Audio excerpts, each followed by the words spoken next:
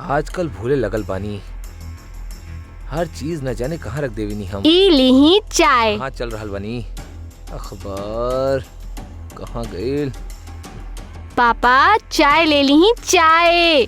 अच्छा चाय। अरे वाह वाह वाह वाह बेटा, का बात बा, बहुत दिन बाद तोरा हाथ के चाय पियब। अरे तू कब आइलू? कल रात की तो आयल रही, आप ही तो दरवाजा खोलने रही। का पापा आप भी? अच्छा तू रहलू, हमरे लगल काम वाली बाई रहे। पापा बेटा हम ही पूछ रहल बानी कि तू काहे आइलू? आपके दामाद से झगड़ा भइल बा। फिर से? अभी बार का वजह बा झगड़ा करे के? लिपस्टिक। लिपस्टिक? दामाद के ई शौक बा? लिपस्टिक ऊना लगीले रहलन, ता? हम लगईले रहनी। हाँ। हम कल बाजार गेल रही और बाजार से लिपस्टिक के एगो नया शेड लेकर आईनी। हम लिपस्टिक लगावनी और लगा के दिन भर उनके आगे पीछे घूमत रहनी, लेकिन वो एको बार ना देखलन। और जब हम उनका के जानबूझ के लिपस्टिक के शेड दिखावे के कोशिश कईनी तो वो कहलन कि बकवास बा, चुम्मा लेवे के भी दिल नहीं करत। ब्रश ना कले रहलू? पापा बेटा हम ई कह रहल बानी की होखेला काहा, आदमी जब काम के टेंशन में होखेला तो मूड ना करेला किस करे के। इतना सा बात पे झगड़ा करके वापस आ गेलू। कुछ भी हो जाए अब वहाँ पे वापस ना जाए। पक्का? हाँ ठीक बा, ता हम अपना काम वाली बाई के छुट्टी दे देता नहीं। अब देखा तू यह जे रहे आ गेलू, तब तू अपना काम करबू, काम वाली हमार काम करत रहे।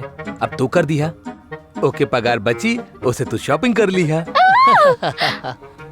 लगाता काम वाली आ गई, तू दरवाजा खुलबो कि हम खोली? ना पापा आप ही खोली, हम आपके खातिर नाश्ता बनावतानी। और हाँ ओकरा मना कर दे। अरे दरवाजे तोड़ दी का? अरे रुका, हट। हमरा लगल आइली, ई तो आइल बा। पूनम बिया। हाँ?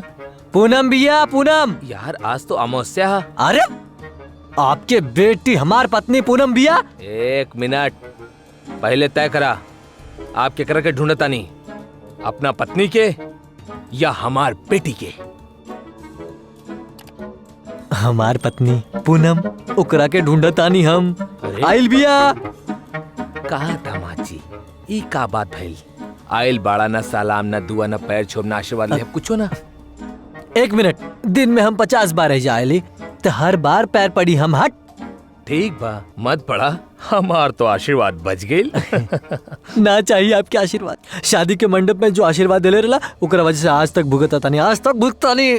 हम पहले ही कहले रहनी, बड़ के आशीर्वाद में सत्य हो खेला। आपके सच के चक्कर में हमार सटासट लग गई ना। Thank you. पर आइल कैसे भइल? हमार पत्नी पूनम के ढूंढत के आवल बाड़ी यही जहाँ। आपके बतौलस ना, मगर भइल का?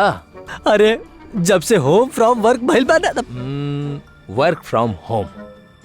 अच्छा, जब से वर्क फ्रॉम होम भइल बा तब से जिंदगी के पूरा तरह से लगल पड़ल बा। पहले 8 घंटा काम करत रहनी ऑफिस में जाके, ओकरा बाद घर पे आके मौज मस्ती। और आजकल वर्क फ्रॉम होम में 24 घंटा काम। रात के 1:30 बजे ऑफिस से फोन करेला साला, बोलेला बैलेंस शीट चेक करा, ओकरा बाद ईमेल चेक करा, ओकरे बाद बैलेंस शीट बना के दा, अकाउंट चेक करा। यार इंसान सोए तो सोए कब? हम तो ऑलमोस्ट बेहोश उखला वाला रही। और रात के जब हम सूतनी पूनम के साथ और सो के उठनी तो देखता नहीं वो नहीं के हमारा पास। कहाँ बिया हमारी श्रीदेवी आयल बिया का? एक मिनट, श्रीदेवी मतलब तोहरा जिंदगी में दूसरा औरत आइल बा? हे भगवान, जैसे कुआं रहनी वैसे पानी में ले सोच रहे रहनी। अब मैं निकलती हूँ। कुआं ही ना रहल त मटका कहाँ से आई? नहीं, मुझे ना बहुत लेट तका हो रहा कुरियर है। से आयल रही ना, मैं अभी निकलती हूँ। हमार मेहनत परिश्रम बाय और बाय। ऊपर वाला के आशीर्वाद से। Bye bye. ऊपर वाले के आशीर्वाद से। ओ छोड़ा, पहले ई बतावा, ई श्रीदेवी के हा? अरे हमार बाप, श्रीदेवी यानी आपके बेटी हमार पत्नी पूनम रात से गायब बिया, ऐजा आयल बिया का? मगर वो तो झगड़ा करके आइल बा ना। क्या बोले साहब के? क्या कहानी है आपसे? उहे तो हमरा के बतौलस कि हम झगड़ा करके आइल बानी। ला आपके ही पता ना बा? एक मिनट, पूनम बेटा देखा के आइल बा? दामाद जी आइल बाड़े। पूनम बिया ना अमावस्या तोरा के छोड़ा बिना ससुर ससुर तो बड़ा ससुर बड़ा तोर बेटी कुल पागल करके रख ले बानी हमरा के। बताओ कौन बिया बता। दमाजी दमाजी अरे कैसन औरत बिया रे तू। शुक्ला यानी ब्राह्मण। अब एक बात बताई, तू पानी पीबा कि खाली पीली मेहनत करवेबा? और हाँ, एक बात तो बिल्कुल पक्का बा, तू हमरा के डिवोर्स देवत बाड़ा। डिवोर्स? अरे पागल औरत, डिवोर्स की स्पेलिंग भी पता बा? हाँ, DAYSOS डिवोर्स। अरे डिवोर्स?